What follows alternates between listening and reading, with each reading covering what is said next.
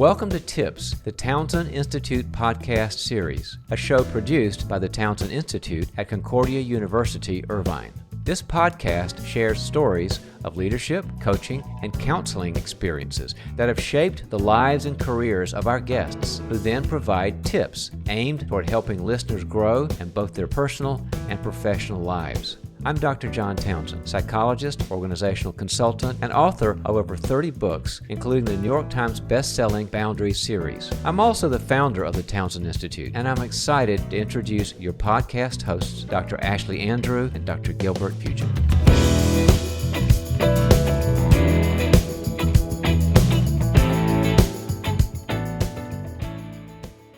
Welcome back to another episode of the Townsend Institute podcast series. Today, we welcome pastor, executive coach, and TI alum Ryan Franklin to a conversation surrounding his leadership journey and his book and skill set titled The Christian Leader Blueprint.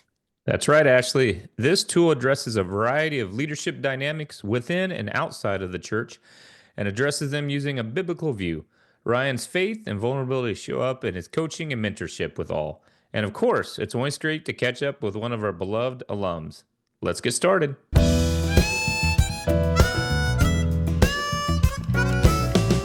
Well, welcome back, listeners. We are so blessed today to have our friend and Townsend Institute alumni, Ryan Franklin, with us. He has had many different kind of leadership journeys. And Ryan, we're so excited that you're with us today. Yeah, Gilbert, thank you so much. It's a privilege to be on here with you and Ashlie. You guys are tremendous people. I listen to you all the time on this podcast, and so it's exciting for me to be a guest here. Well, look at that. We love to hear that, Ryan. Thank you so much. Andy left a review the other day. So thank you, Ryan, for doing that. That was nice of you. So Appreciate it. Well, so you've had an interesting leadership journey, and, I've got to know you quite a bit, and you've gone all over the place and had some twists and turns.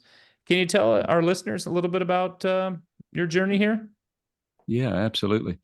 It started when I was 16 years old. I felt a call to the ministry, and I knew that ministry was in my future. But I went to nursing school to start out because I needed something to pay the bills. No one wanted to listen to an 18-year-old kid out of high school. So went to nursing school at 22 years of age. My wife and I were married for about 8 months. We moved all the way across the country from Louisiana to Washington, D.C. to help a new church plant. And of course, I worked part-time in nursing during that time, but I ended up taking a full-time job at GW Hospital, and I became the center director at the young age of 24 years of old. I remember 24 years of age. I remember sitting around the table. I walked into my first directors meeting, sitting around the table with all of these people. They were, late 40s, 50s, 60s. And here this 24-year-old kid sits down, and they're all looking at me like, "Who are you?" And you had to tell them you're the boss, huh?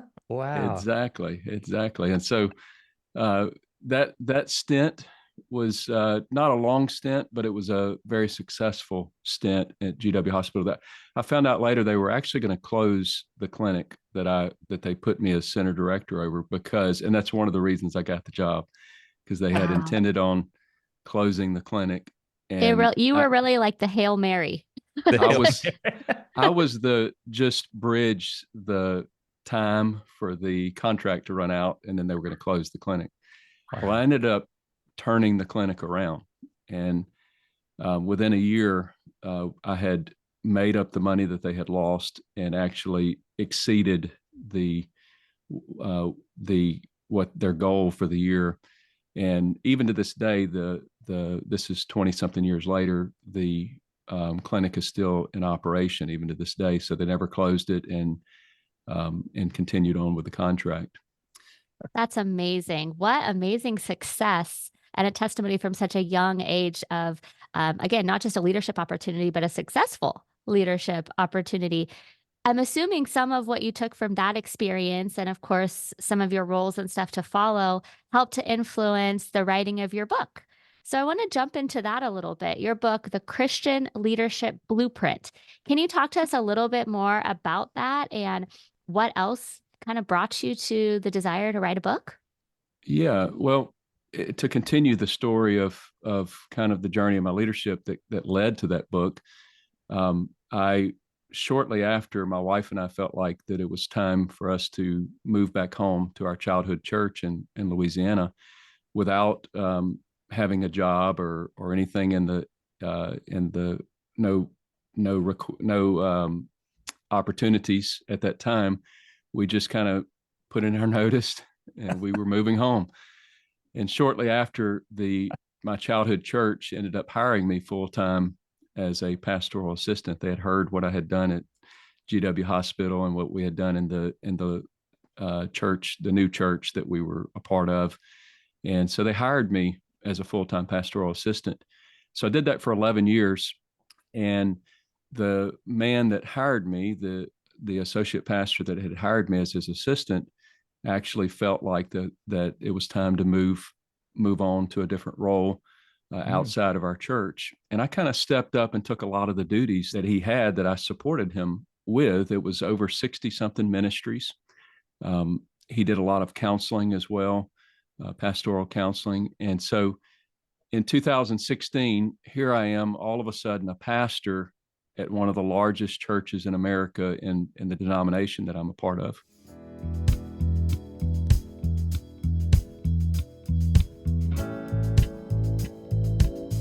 I was overwhelmed. I was, insecure in a lot of ways. I had imposter syndrome. I didn't feel good enough to do what I was doing. Trying to prove myself in unhealthy ways. It created a crazy work-life balance. I was neglecting my family in a huge way. And all of this led to extreme feelings of burnout. My emotions were out of whack. I had the presence of some pretty negative or even rotten fruit in my life. Definitely wasn't the fruit of the Spirit. And I found myself searching for answers in the only way that I knew at that time, and that was through prayer and Scripture. That was the go to prayer, go to Scripture, which is not a bad thing, but maybe a little incomplete now that I know we need that. But the Lord also uses people in our life as well, and that was something that I was not used to doing, is going to people for answers. And so, long story short, one of my friends connected me to a coach, Dr. Brian Epperson, that he's an executive coach. I started coaching with him. It was crazy expensive to do, but I went ahead and did it anyway because I was desperate and I was feeling that burnout. And I even hit a wall at one point and didn't even realize just how bad off I was. Started the process of executive coaching with him for a year, and it changed my life. Over the course of the next year, I found a work-life balance that I'd never had before in my life. I saw myself in ways that I had never realized that I could see myself, the strengths within me. I even saw my weaknesses, and that's a good thing. I was all of a sudden even using my personal gifts and my strengths in a much more healthy and greater way. And over time, I developed the ability to sort of resource from important relationships like I had never done before in my life. And then there's a lot more to that story, but that's what led me to writing the book. It was sort of the process of health that I kind of moved towards, including my journey with Townsend, which happened a couple of years later. The things that I learned there, not just the things that I learned to do with executive coaching, but just the things that helped me with my personal life as I learned those things. All of those things shaped a pretty unique blend of personal growth that I just knew I had to write about. And that's when I started thinking about I'm a process oriented man. I love structure. I love putting things in an order. And I feel like the Lord gave me a model that was just a phenomenal model based on all of the things that I had gone through in that burnout stage, and in the recovery, and the help that I got, and the Townsend learning, and all of those things. It just came together, and it's what created this Christian Leader Blueprint model. Well, and Ryan, for a lot of our listeners here that are executive coaches or want to go into that, right? Or maybe some of our leaders that are thinking about getting a coach. I mean, you spoke about it right there. That seemed to be a pretty life-changing event right there. You didn't know anything about coaching really, and then you found Brian Epperson, and it was a big return on your investment, it sounds like. 100%. It was, like I said, it was crazy expensive. I believe it's like $600 an hour. Wow. Yeah. I had never even thought that you could pay somebody that much an hour to personally coach you. Didn't know what an executive coach was at the time, but I didn't care. If this guy could help me, I was willing to pay whatever it took. And boy, did he help me. And not only that, at the end of our stint, one of our last sessions, I said, hey, I've got to be able to help people with what you just helped me do. Do I need to go back and get a doctorate degree? What do I need to do? Yeah. And he said, Ryan, I'm sure that there's some things that you need to do, like school and whatnot, but I really want to help you. I want to mentor you and help you move towards being an executive coach. And I said, well, Dr. Epperson, I really appreciate you being willing to do that, but I can't afford your prices anymore. And so he said, no, Ryan, you don't understand. He said, I feel like the Lord is leading me to do this for you, and I want to do it for free. Wow. And even to this day, 7 or 8 years later, he and I still have a very close relationship. He mentors me in a lot of ways, even to this day, and it's iron sharpening iron. We resource from one another, and he's actually become a life team member of mine. Wow! And that's been a tremendous relationship.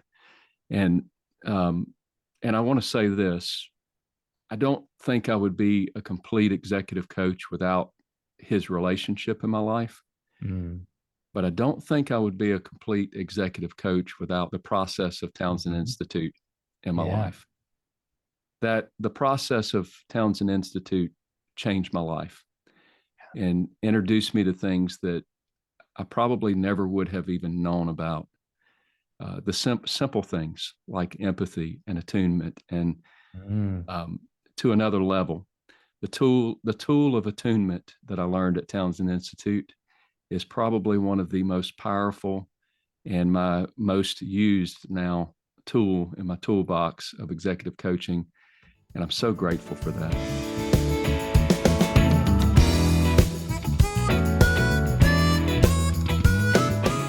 You wrote the Christian Leader Blueprint, and it talks about becoming an effective leader. Maybe can you give our listeners an overview of what the blueprint is? Yeah, for sure. So the subtitle of my book is a step-by-step guide to leadership transformation. And one of the greatest gifts to contribute to the world is my ability to organize and structure things into a process. That's one of my number one gifts. And that's what I did with this Christian Leader Blueprint. But I realized quickly that personal growth doesn't happen in a step 1, 2, 3 process like I wanted it to. And so I created sort of a Venn diagram of what personal growth should look like. And it's sort of laid out into 4 pillars. And among those 4 pillars are 4 topics that I believe that if a person will continue to work on each of these 16 topics and level up these 16 topics, some of us are stronger in others, and vice versa. You may be stronger in some that I'm not. So the four pillars are, number one is establish a better rhythm of life.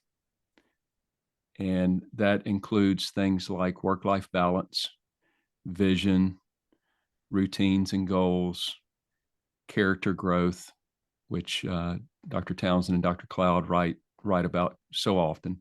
Yeah. The second pillar is see yourself more clearly, which includes clarity of mind, getting clarity of mind, emotional intelligence, which obviously emotional intelligence includes a lot of these things, but felt like it was important to distinguish that. Motivation, where our motivation comes from and how we continue to maintain motivation. Our leadership derailers, the things that are risk and that will derail our leadership. So that's see yourself more clearly. The third pillar is leverage your strengths. And this includes things like your calling. What do you feel the Lord has called you to do? What's your purpose on this earth? And then your giftings. What are you strong in? What are you not strong in? Do you have a high leadership energy? Do you have a high prudence? Do you have a high interpersonal sensitivity? And I think knowing what you're not strong in is just as important as knowing what you're strong in. Yeah. Yeah. That's a really a good point. Sometimes we think, oh, we can do all these things well, but not so much. Unless you're Ashlie, then you got it. No, not at all. But no, you're exactly right. Those biggest learning experiences are oftentimes the times that we fail and the times that you're really forced to look deep down inside yourself, or whether it's yourself or your team or your organization or whatever. That's sometimes when the best change really comes. I mean, talking about change, all these experiences that you've had, you've shared a little bit about the book and your leadership blueprint. But it's not just the book. You've launched a podcast, you have a YouTube channel, you have a blog, you're, out there speaking and being interviewed in different ways. Talk a little bit about just the different audiences and how maybe you take your message, cater it to the different groups in which you speak to, because, whether you're up in front of a church on a Sunday or on a podcast like ours, how do you kind of keep the message the same, but change it up? Yeah. Well, the fourth pillar in that model that I was just presenting to you is build more productive relationships. That is the sort of where everything comes to a head. And in that fourth part of the Christian Leader Blueprint, really in regards to things like my podcast, my book, my blog, everywhere that I'm able to create content in the community that I run, that is really the goal, is to build more productive relationships. So if I'm working on work-life balance with someone, or I'm teaching on that in a pod, or pulling that out of a leader on a podcast or whatever, the goal is we want a good work-life balance so that we can build more productive relationships. We want clarity of mind so that we don't have things that hinder us when we're building more productive relationships in our leadership roles. All of these things, all of the writing and all of that is going to point to building more productive relationships in our life. And not just more productive relationships, but those two that so much of your book and what you talk about is Christ-centered, right? Mm-hmm. And that's the key, that it's rooted in more than just commonalities over some of the superficial things. But I love that you really talk and have the scripture to back up your reasoning for things. That's great. That's one thing I love about Dr. Townsend and his books, is they are deeply rooted, knowing that he has a master's in theology, I believe, if I'm not mistaken. They're rooted in scripture. And I love that about his writings. And it's inspired me to just really lean into scripture in everything that I write and do.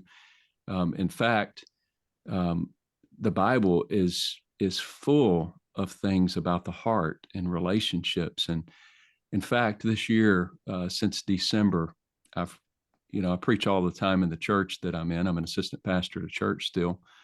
And I preach all the time, even last night. And I'm always, every time I've preached this year, each time I have actually leaned into subjects that are on the heart and things that are like grace and truth, and principles that are in that heavily deal with relationships, such as forgiveness and various things, because it is just so full. The scripture is so full of relational aspects of leadership and discipleship.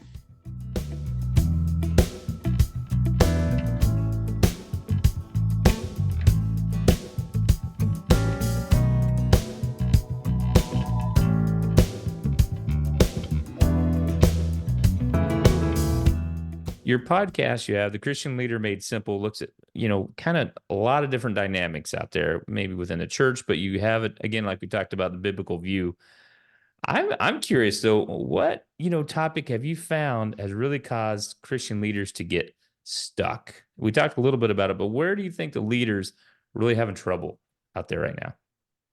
Yeah.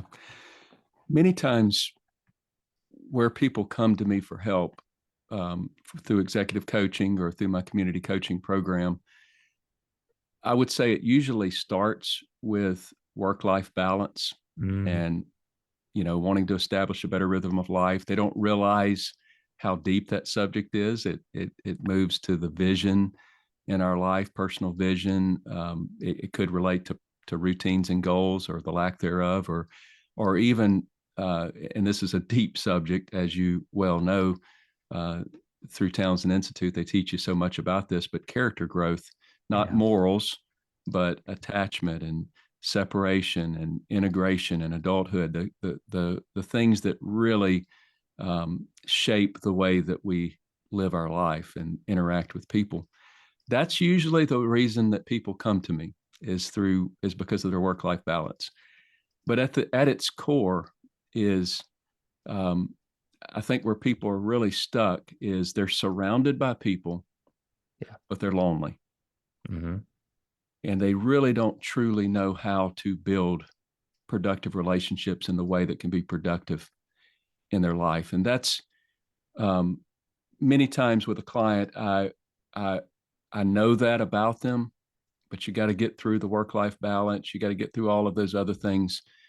And early on, I'm constantly looking for opportunities to grow an individual in their attachment and building more productive relationships. But a lot of times it's, you're having to get through the other things to be able to really truly get to the root of the problem, which is their ability to lean into relationships in their life. Ryan, that really kind of resonates, because I was working with a pastor the other day, and I know you being a pastor in church, understand this. I asked him, I said, he really needed to talk to the congregation and his board of elders about burnout. And I said, well, do you have a safe person that you can kind of go through these points with? And he goes, no. He goes, maybe my wife, because nobody else. I said, well, that's a problem, right? If you don't have anybody else to even reality test what's going on through your mind, that's an issue. And so, we have more to chat about. So Dr. Townsend speaks of it in People Fuel, your wife and your dog. And that's right. You got to have more than that. And I have realized, after coaching many, many people, so, through the last 7 or 8 years, I have realized just how true that statement is. People are lonely, and it doesn't have to be that way. Yeah. We need other people. The Bible is full. There's over 60 scriptures in the Bible that speaks of one another. We need one another for support. We need one another for regulation, to live a healthy life and to create an environment of grace and truth in our life. Well, Ryan, you've spoken so beautifully already of the Townsend growth model. You just referenced the 4 character capacities a minute ago. So it sounds like that wasn't just a part of your study here in the Townsend Institute, but continues to be a way in which you help to coach and counsel those around you.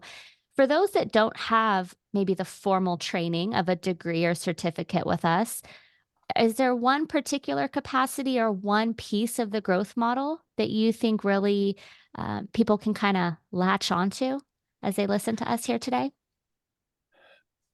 Absolutely.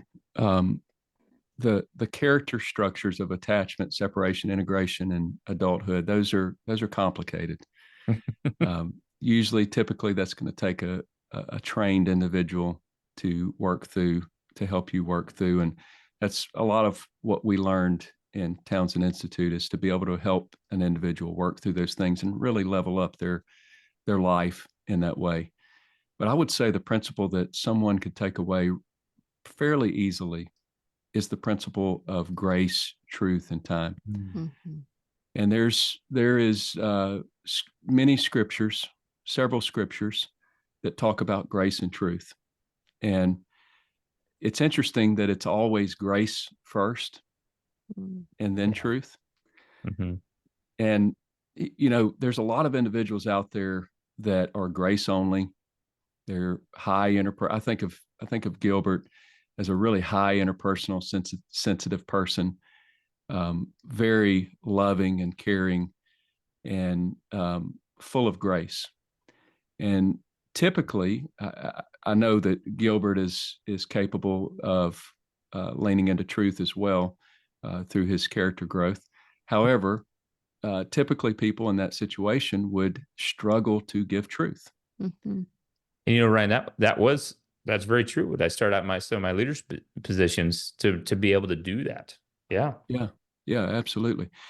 And then there's other people that will fall on the other end of the spectrum, like me, that is truth only. And I was raised in an environment all of my life where if I did not line up the way that my parents wanted me to line up, I would be presented with truth and very little grace. And it created a dynamic with me as I began my leadership roles at GW Hospital and even in the church, where when I was stressed and pressured and things were a bit of a struggle for me, I would go to the truth quickly. Yeah. And I would harm people around me. I would kill people around me. I'd have volunteers, leave the ministry or because of something I said to them, or I would have at GW Hospital, I would have nurses that would line up because I required them to line up and silently quit, or actually quit because they just couldn't handle my abrasive nature. And it wasn't until I learned to infuse grace and truth and allow grace and truth to develop people around me, to develop myself as well over the course of time, that I really began to see things significantly grow in my life and in the lives around me. That made a huge, huge difference. And I think that's a fairly easy principle. It's not easy to implement, but it's an easy principle to understand, that we have to be able to lean into grace and truth. And if you are a person that leans towards grace, make yourself present some more truth. If you're a person that leans into truth, make yourself present more grace, and give individuals in your life time. And I promise you'll see growth in those individuals, even in your life. Give yourself grace and truth and time, and you will grow as well. That's really interesting because I think about it, we forget about the time part, right? Everybody, we're so used to, oh, well, it just happened. I better put it on Instagram. Everything's happening immediately and stuff. But it takes time, and probably people that work with you or for you, it probably took them a little while to go, oh, yeah, he's changing. He's a little different as a boss and leader than he used to be. So, yeah. So that kind of leads into what I think here. So you've been doing this for a little while, a couple decades or more. What have you rethought about leadership as you've gained more experience in ministry and executive coaching? What have you kind of rethought about all this? I would say just more of what I was just talking about, taking a relational approach to leadership rather than a performance-only approach. We need performance. If we just float around the office and have a good time with everybody, we're not going to get anything done. We need to get something done. Yeah. But if we're driven to the point of harming relationships around us, then we're not going to accomplish anything in the end. I think if we want longevity, we want health, we want to avoid burnout in our life, then we have to lean into both. We have to do relationships, and we also have to perform well as well. And I think if we lean into relationships with the mindset of performance, also, then I think it just works. I think it just works. I like that balance, right? You talk about it again, the balance and things. And so if people want to find out more about what you're talking about and the Christian Leader Blueprint and all that, where would we look on the World Wide Web here? I would just go to ryanfranklin.org, and you can find everything you need in ryanfranklin.org, from my community coaching program to my podcast. All of the things that I do are there. And so can you give us a sneak peek? Is there anything on the horizon that's coming in the weeks or months to follow that you've been working on that we can make sure we stay tuned for? Well, I just launched, along with the book, I launched some workbooks. And so I'm kind of recovering from some of the intensity of that. I do have some things in the works that I'm working towards, but nothing major. I'm sort of in recovery mode from all of the things that I've done, allowing myself to have some grace and health. Well, good for you.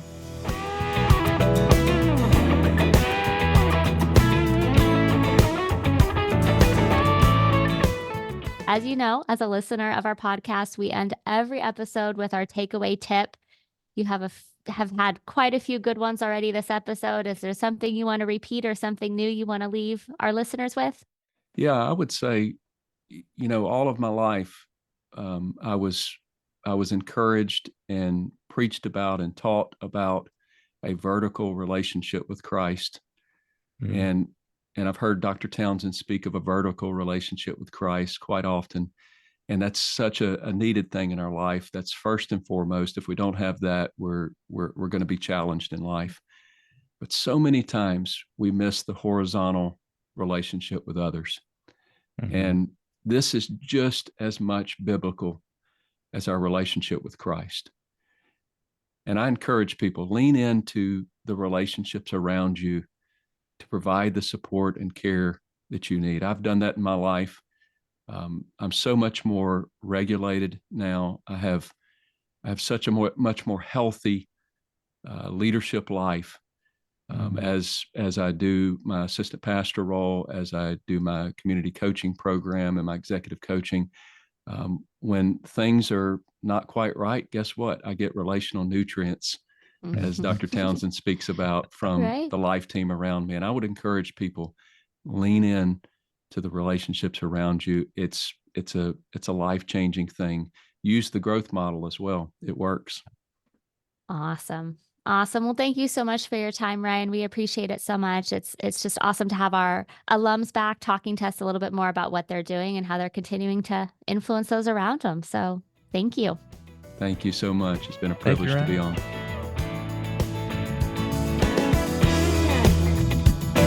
If you enjoy the Townsend Institute podcast series, head to our website at cui.edu/Townsend to find out more about the certificates, bachelor's, master's, and doctoral degrees offered through Concordia University, Irvine.